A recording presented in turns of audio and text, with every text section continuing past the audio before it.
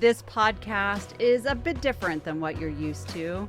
Today, I am offering an episode to you that was recorded on behalf of someone else's podcast, the Get Confident with Johnelle Hoskings podcast, where she interviewed me, where we talked about fear, where we talked about meditation, how to lean into our trauma and give ourselves space to grow even when we're afraid to grow outside of where we currently are. It was such a great conversation that I had to share it with you, and it is my honor that Johnelle allowed me to do so. So please sit back and enjoy this great conversation between Johnelle and I as we move through and help you get confident.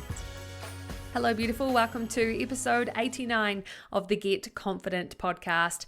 Today we have an incredible guest, Danielle. Oh my goodness. I hate to play favorites, but this conversation is definitely in my top 5 of 2023 episodes. No, I take that back. Of all-time episodes of the Get Confident podcast. We're talking a lot about permission to live life freely, being the best that you can be, leaving a life of seeking validation and moving into a space of your own self-approval.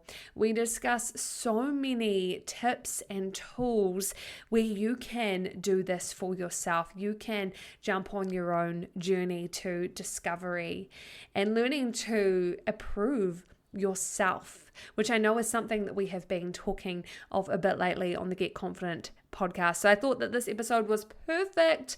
So let's get into it. Today on the show, we have cognitive behavioral therapist. Wow, I need to get better at big words. And life coach to woman, Danielle Vann. Danielle is all about helping you to get your life together, which I love. And I'm so on the same bandwagon as that. Hello, Danielle. And thank you so much for being on the show today. Oh my goodness. I'm so excited to be here. You know, anytime that we can talk about anything that supports women, I'm all for it. So I'm excited. Thank you for having me.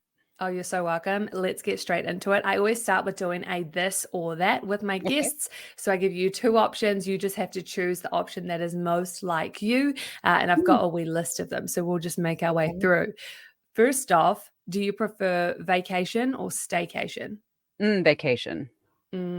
Where would be your place to go? Are you like a person who goes to somewhere new once and has to keep exploring, or do you go back to the same place? No, always new. Where's somewhere you've been recently? Done a lot of US travel recently. And so mostly exploring the big state of Texas has been our most recent thing. But if you ask me, like, what's my most favorite place that I've gone to, I would say Peru. Oh, Mhm. wow. Spiritual, beautiful journey. Yeah, that sounds incredible. Do you prefer to be a passenger or the driver? Oh, 100% the driver. Interesting. What makes you prefer being the driver? Control. Okay. Oh, that's so awesome. Dog or cat? Dog. Do you have a dog currently? We have 2 little babies. Yes. Oh, that's so precious. Sneakers or sandals? Sneakers. Me too. And right now, Ugg boots. Amen. If you're watching a movie, snack-wise, candy, lollies, or popcorn? Popcorn. Have you ever put treats or sweets into the popcorn? I have. I live a very, very clean lifestyle. Been plant-based for a very long time, so I don't do a lot of processed stuff, but that's just me personally. Yeah, of course. No, I so understand that. Okay, when you and I first spoke a few weeks ago, I honestly was just even more fascinated by you and by your story that led you here. So I think, it's only fair that we bring the lovely lady who's listening in on that journey. Why don't you share with us some of the experience that happened in your life that then led you to becoming a therapist and doing the work that you do now? Sure, I think that is fair, right? Because we always wanna know, like, how did we get there, and Yeah. why is that person relevant to my life, and Mhm. why why do I care? Why should I listen to that person? For So sure. yeah, so I spent a lot of time as a writer and a news anchor here in the United States, and I was always fascinated with the human experience. That's what led me into that. And but I still wasn't, wasn't feeling like I was meeting my purpose in life. Mhm. And then in 2016, I had taken a break from news and I was actually writing at the time. I had a beautiful experience with a friend of mine in the United States. There's a large network called the Learning Channel, and he was a Mhm. part of a massive show that actually changed the renovation kind of shows that we see now. I don't know if you have them Awesome. there. Yeah, we Yeah. do. Yeah. Yeah. So he was a massive role player in all of that, and he and I wrote Mhm. a book together, and it edged on mindset and growth and all of these things, and at the same time, I had 3 very activating, what I would call the universe trying to get a hold of my attention, and I was not responding, right? Mm. And my father-in-law passed away. He did have cancer, but we were not expecting him to pass like that. Mm. It was the day before my son's birthday. Mm. It was a lot, and Yeah. then 7 days later, my mom died. Oh my goodness. Yeah, and so everybody's trying to, like, just, keep their footing, right? Mm, And yeah. at that time, we were at my parents' house, and my middle daughter, who's now 16, she was 9 at Mhm. the time, came to me and was saying my stomach hurt, and I was like, "Of course your stomach hurts. Everybody's stomach hurts right now," and I kinda dismissed it. It's actually one of my life regrets is that I dismissed that moment for her. And 45 days later, I was literally driving 100 miles an hour down the freeway because she was in grave condition, Mm. and she was in kidney failure. We didn't know that she was in kidney failure, and we didn't leave the hospital for about 3 weeks while they tried to drain her kidney. She ended up losing that kidney a couple months Mm. later, which was actually a very beautiful experience for her. It was a chance to be whole, but I am sort of the holder of the family, and I was doing Yeah. all the things, right? I was taking care of my dad, I was taking care of my mother-in-law, I was making sure everybody else was emotionally okay except for myself. Yeah. And my husband and I went to go see our daughter, and she was in ICU, and she looked beautiful, she looked perfect. And Mhm. I thought, "What a weird dichotomy of this child has just lost a major organ, right? And Yeah. she looks perfect." And within a few hours, I was violently ill Oh my and God. couldn't figure out why I was so sick. By 24 hours after her surgery, I was in the hospital myself. Mhm. And I was in emotional pain, basically. Everything that had happened kind of crashed down on me at that point, and I had a wonderful nurse at the time. She wasn't so wonderful, but she came in and she said, "What's going on?" And I told her, and she said, "That's emotional pain, She and called you it'll." out. Yeah, and she said, Mm. "It'll kill you." And I used a few choice words and sent her on her way because I wasn't ready Mm. to hear that. And a few weeks into this, I thought, "This is unsustainable. I can't live like this." I was in and out of the hospital for 6 weeks with Mm. a migraine that just would not stop, and Yeah. at one point, I remember thinking, "This will kill me. I have to do something." And so I began searching. And honestly, at the time, I was a writer. I lived in a small town at that point. People knew who I was. I was mortified thinking that someone would see me walking into a therapist office. So I went on a Wow. mission to try to heal myself. And that's Mhm. where we got to where I am now. So I have all of that Wow. experience. So I went back to school, right, and learned all of these things, and so that's my specialty is how is your trauma showing up and why are you using it against yourself? Wow. Mm. So you help people to identify where that emotional pain is Mhm. yeah, keeping them stuck or holding them back. And wow, and obviously that's your own personal experience. Mhm. The world is incredible. Mm. Life and the universe leaves us breadcrumbs about what we're supposed to do, and Yes. it's up to us to actually see those Mhm. and to run with them, Yeah. because you could have clawed your way at getting better somehow, Right. maybe through medicine or whatever. And then you could have gone back to this life that, yes, was successful, but wasn't very Mhm. fulfilling. And you could be Right. back in news or back, doing some more Mhm. co-authoring, but you wouldn't be able to support, transform, and heal the amount of lives that you have Yeah. by seeing those breadcrumbs and just realizing, okay, this is where I'm being guided to next. Yeah. I've always listened to my internal voice, Mm. intuition. I believe heavily in that. I know every one of us has it. Mhm. And it was one of those breaking points for me. I remember sitting in a bathroom in my home at one point, it was like 2 AM, and having a deep conversation, not only with myself, but just saying, whatever is beyond me, I need Mhm. to understand what's happening. Mhm. And it was in that moment of you're not living your life the way you're supposed to. And what are you going to do about it? Mhm. It's always a part for me to really say, okay, what can we do next? What is our purpose? Mm. Yeah. Did you have moments where you kind of felt that it was safer to stay where you were instead of Mm. doing the work?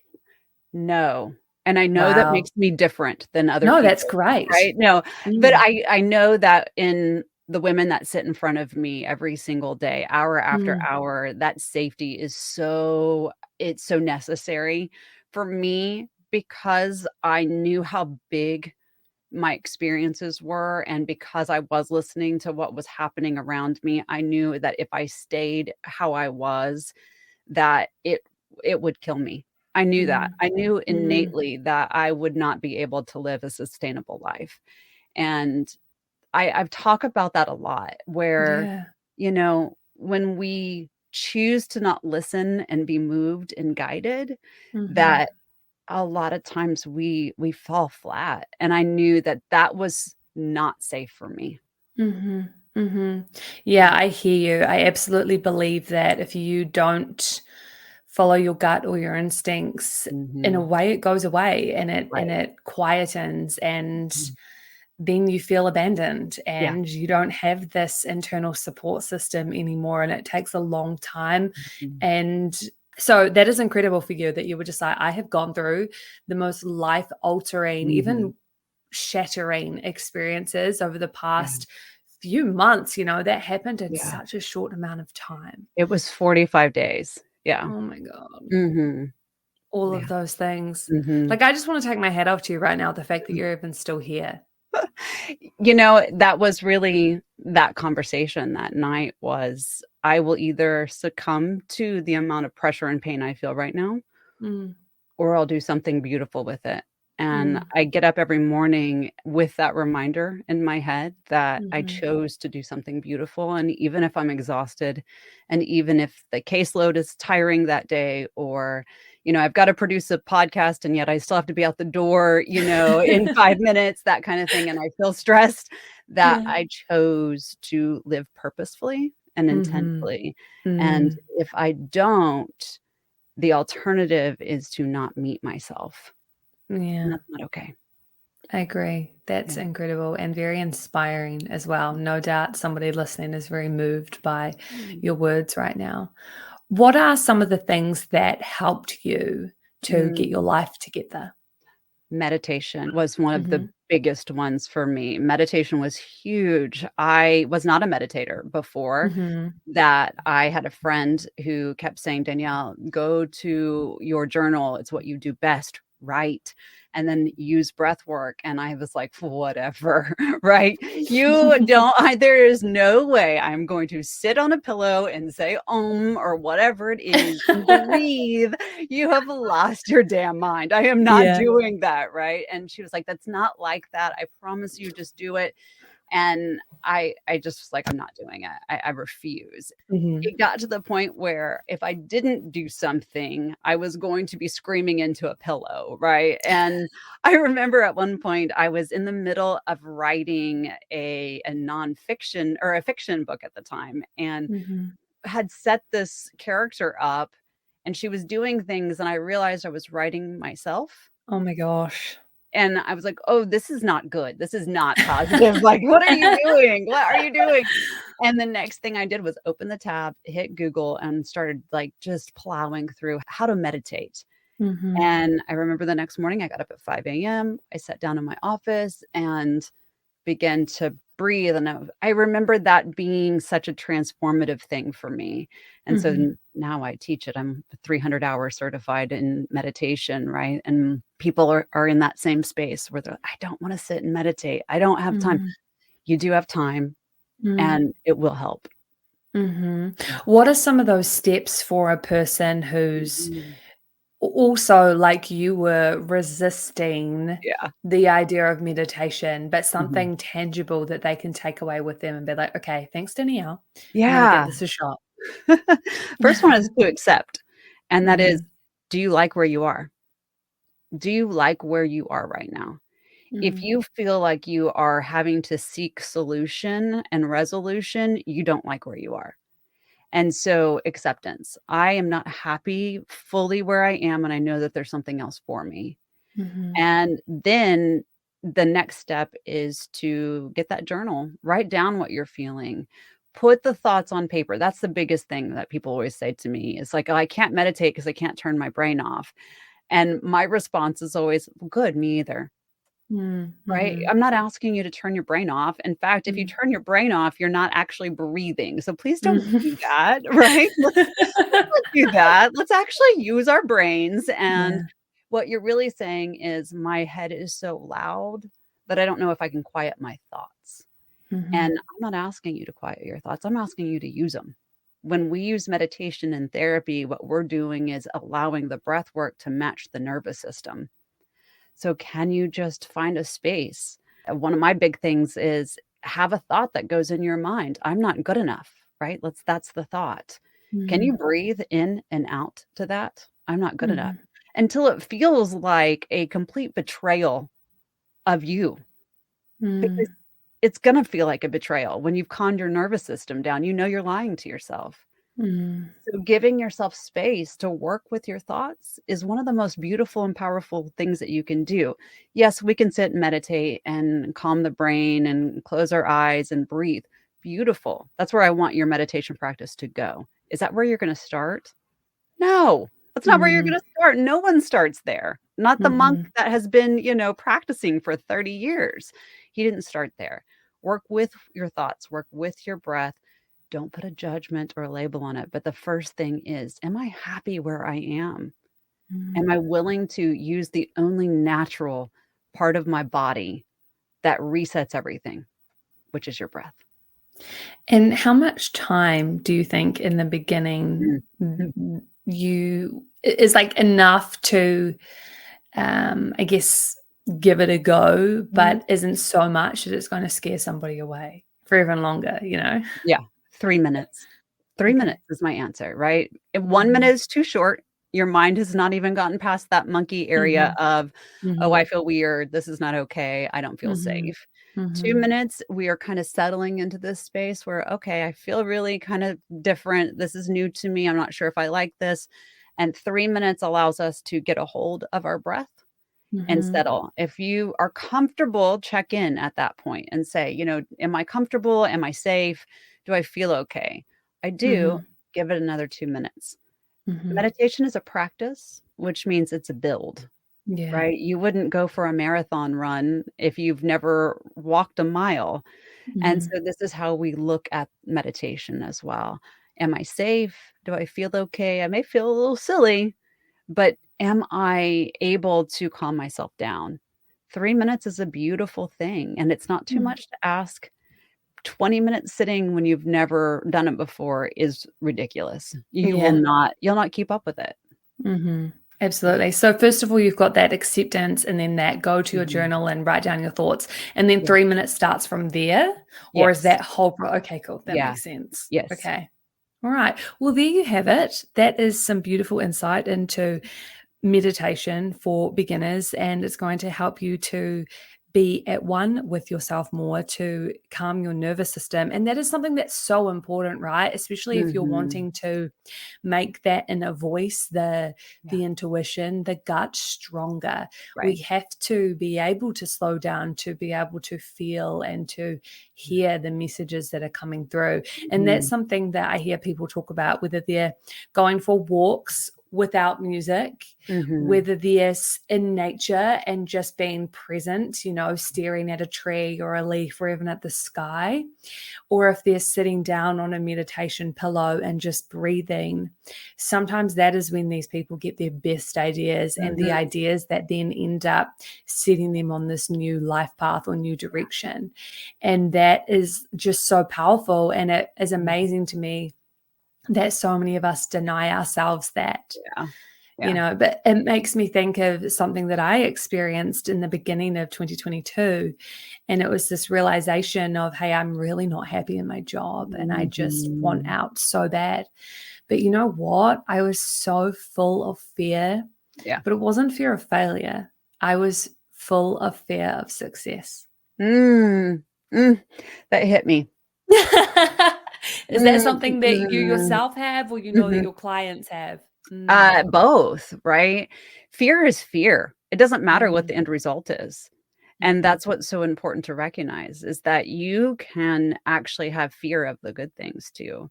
yeah. And in that space, it's, what would I do with this? If my life completely shifted and I Mhm, was able to do exactly what I wanted and I got up every morning and I was excited, is that enough? Right? And that's mm, what fear asks us, is this enough?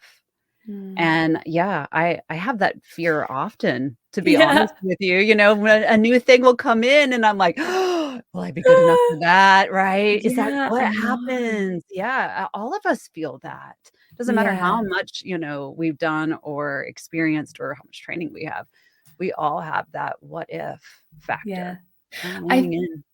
I think it's so fascinating that I think we expect people to be scared of failure, Mhm. especially if they're doing something totally outside of the norm or outside of Right. their comfort zone. But this instance, when I had this realization, I was in a Mhm. women's circle. There was Yeah. 8 of us, and I can't actually remember off the top of my head what the theme was, but we're obviously all talking and sharing in regards to the theme. And oh, I think it was a allowance, like, what are we Mhm. allowing, Right. And then when I was talking about my job and stuff, and I was like, "Oh my goodness, like, I'm scared of success, and that's why Mhm. I keep myself here. I keep Right. myself small." Mhm. And what blew my mind is that after my realization, we keep going around in the circle, and no joke, more than half of the women were experiencing fear of success as well. Yeah. Yeah.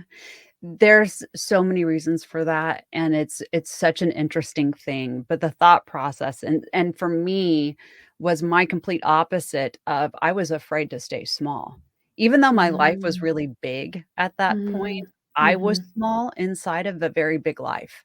Yeah. And I asked myself at that point, and this was my definition of success, was that life wasn't any bigger, but would I be okay being big in a small life? Mhm. That to me was questionable because I knew I Mhm. would be starting all the way over again, and I knew I would have to, pull up my bootstraps and tie things up and really move forward. Would I be okay in that? And the answer was yes. But for Mhm. many women, we fear more responsibility because our plates are already over full. We Mhm. fear being seen because we feel like we have to be perfect and flawless, Mhm. and none of us Mhm. are. Mhm. We fear what other people are gonna say. What's Mhm. mom, dad gonna say, husband, Mhm. spouse, all of the Mhm. things. What will they say? And Mhm. when we get out of our own way and we step out of that box, it's incredible. What's the definition of success? Your definition of success and mine are gonna be 2 different things, Mhm. and Mhm. that's what's so powerful to know. Absolutely. So my question to you is, what can you do to overcome that fear of being Mm. seen? That's such a big topic. And Obviously, it's a journey, and we're it all is there. a You've clearly journey. said you're there. I'm absolutely still there. That fear Mhm, of success and the being seen was the biggest mhm. one within it. Sure. And for me, it's just been day by day. But if you Mhm, have any form of insight of maybe some kind of tip or guidance, that would mhm. be incredible to share. Yeah, so it comes down for me, I ask a lot of questions. I Mm, make the people that work with me answer questions all the time and then begin to ask themselves questions, and I call them discovery questions, meaning mhm, I'm trying to discover the purpose and the intent behind the thought process. mhm, So for me, the question is it worth it? mhm, And that's always everything when it comes to being seen. Is what I'm going to do worth being seen as, mhm, within, for, and about? Those are sort of those mm, pieces that I mm, always go to, mhm, mhm, when especially when we live bigger lives or we're more public, or people, recognize us in the space of what we do. We have to ask ourselves, is it enough? Is it enough to make me happy? Is it going to serve a purpose? Am I going mhm, to be true to myself? And can I accept whatever comes from it? mhm, So for me, if you want to be seen, answer those questions and have an understanding of what that means. mhm. If being seen makes you want to hyperventilate, you're not ready. Yeah. You're not ready for it. But Mhm. if it excites you and it also scares the hell out of you, Mm, you're ready to lean in. yeah. I Yeah. love acknowledging the fact that our body can't really tell us that Mm, we're excited. right. And so quite often when we feel this feeling that's like Mhm. this pent up energy, we're like, "Oh my gosh, I'm so nervous. I'm so Right. scared. I can't do it." And like you, I turn around to my clients, I'm like, "But what if that's excitement? Like, Mhm. is that actually fear? Yeah. Or is that your body trying to tell you, oh my gosh, I'm so excited for Yeah. this?" So my measure in that, and I love that you Mhm. said that. So my measure for anyone that works with me is to give them a list of the 22 pretty standard emotions, and I make them Mhm. write out their definition of those emotions. Mhm. And because again, like I said it just a few minutes ago, your definition and my definition are going to be totally different. Yes, And so yes. we're not going to the dictionary definition or what Google has to say, but what does it mean to us, right? Mm, Individually. And when you mm, have that individual definition is when you can kind of begin to pinpoint, oh, it's not fear that I am feeling. It's mm, actually a neutral feeling. I don't mm, know either way because I haven't ever done this before. It's mhm, not that I am joyful, maybe mhm, I'm more resolute, whatever it is. So going into mhm, those definitions is massive because it mm, tells us what we're really feeling. If we don't have a mm. definition, how do we know? Totally. Mhm. Just by chance, do you have like a download or something with those emotions on it that we I could share in the description below? absolutely. I'll be happy to Amazing. do that. Yes. Thank you. Thank you. Okay, Mhm. beautiful. There you have it. You don't have to go to Google. You have got it straight from Danielle herself. I Mhm. love this. That is an awesome piece of guidance to share. And that in turn is helping us to get more aware and more in tune with ourselves as well. Yeah. So thank you so much for that on helping you to see, I guess, behind the sphere of being seen. Yeah. And I want to go back to another example you shared around the fear of success and fear of what other people say. Mhm. Mhm. How big is that in your work right now of people being fearful of others' opinions? It's everything. Mm. First and foremost, so we spend our entire life asking for permission. Oh, yeah. Right? We ask for permission from the time that we're old enough to, cry. Mhm. Permission doesn't have to be verbal. It can be physical, it can be emotional, it can Mhm. be, even spiritual, financial a lot of times too. And I call them the 5 masters of our lives. Those things that I just mentioned. Mhm. Emotional, mental, physical, spiritual, financial. Those are the 5 Mhm. master areas that Mhm. we live through every single day. And Mhm. so we go about our lives trying to get those definitions of our emotions by asking for permission. Can I have a drink? right? Can I go to my friend's house? Can I date that person? Can I Mm, marry that person? Can I be in this job, this career? We ask for permission. And no mhm, one ever comes to us and says, "Hey, by the way, now it's time for you to have some your own permission." We just take the ball and we start running, but there's a disconnect between us asking for permission and giving ourselves permission.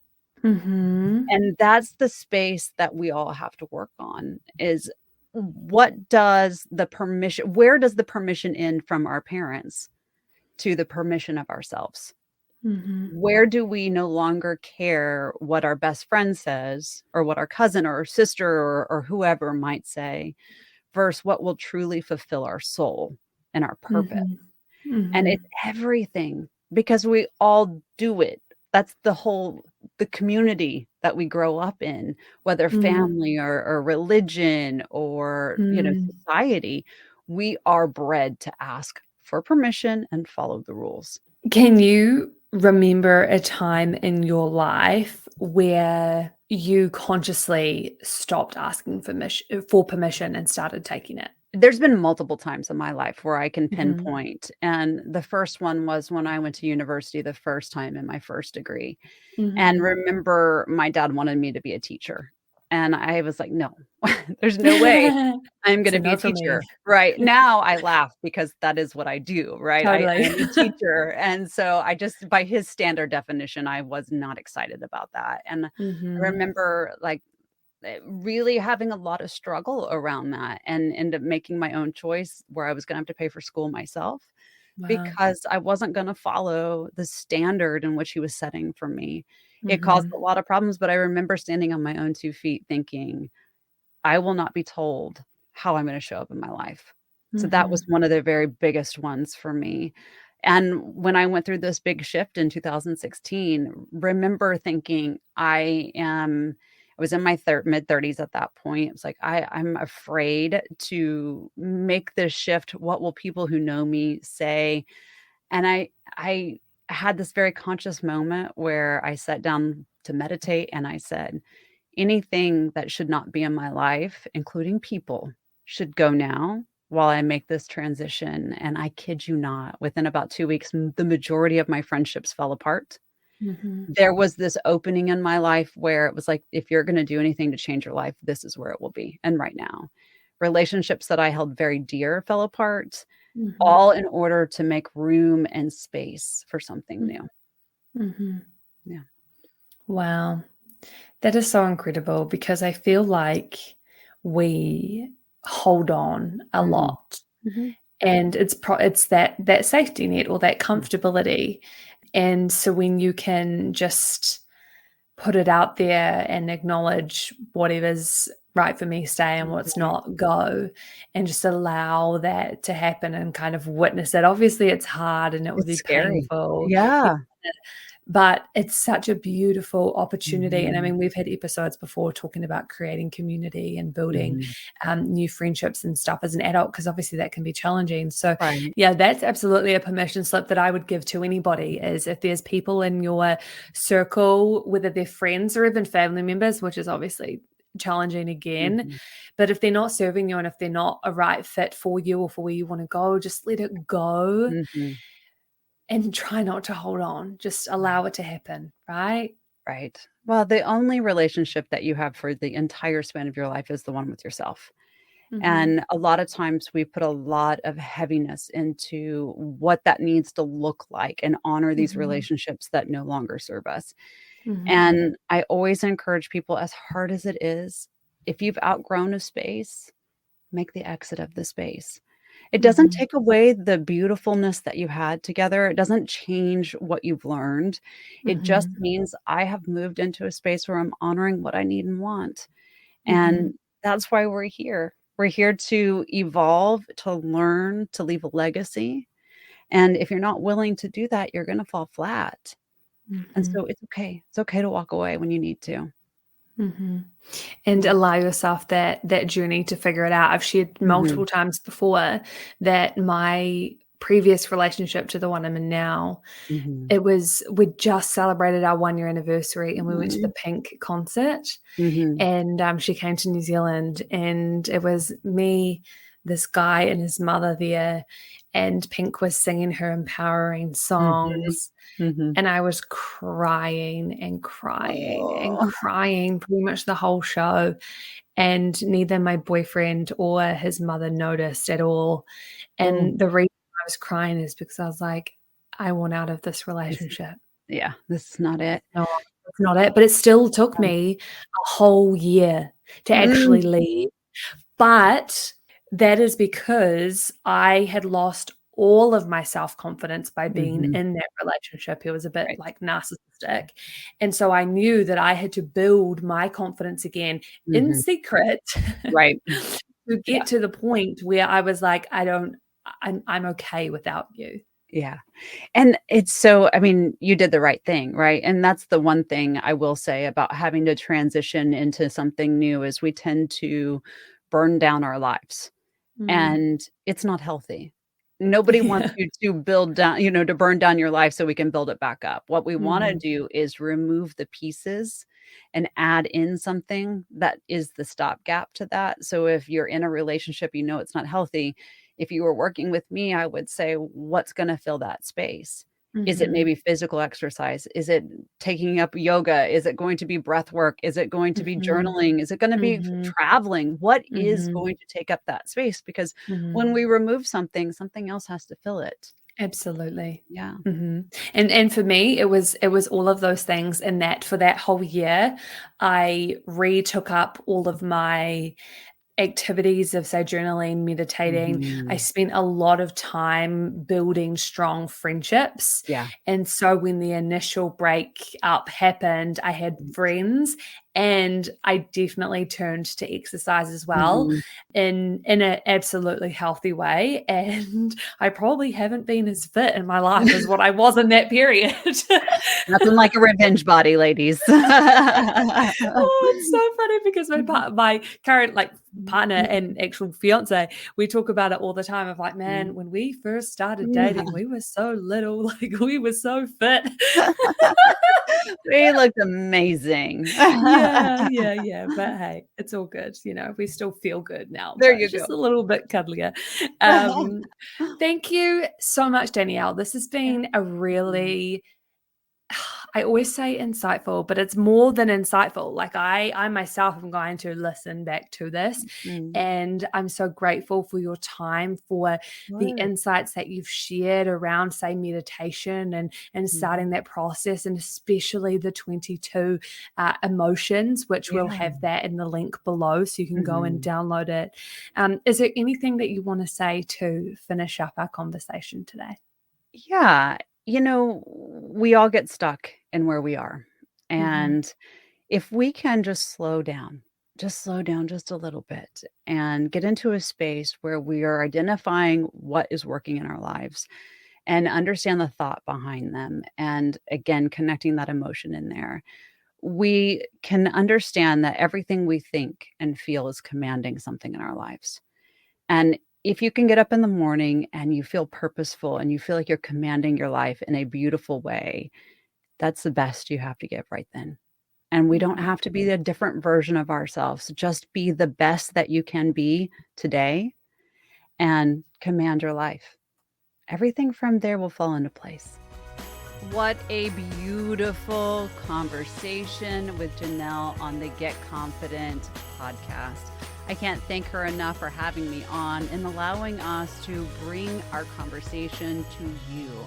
If you want to learn more about Johnelle, please follow her on Instagram at Johnelle Hoskings. That's JohnelleHosking. She also has some links to some freebies and puts up great quality posts. Of course, listen to the Get Confident podcast everywhere that you listen to podcasts as well. I'm also going to include in our show notes that list of 22 emotions so that you can download and do the work yourself. It's so important. I once again want to thank you for listening to this podcast. If you are seeking daily inspiration and additional tools and tips, you can also follow me on social media at Get Your Life Together Girl on Instagram, Facebook, TikTok, Clapper, and now Threads. You can also visit my website, my show notes, and my blog at getyourlifetogethergirl.com. While you're there, I invite you to take a look around and even book a one-on-one session with me. Thank you, as always, for being a valuable member of this community. Until next time, be kind to yourself and others.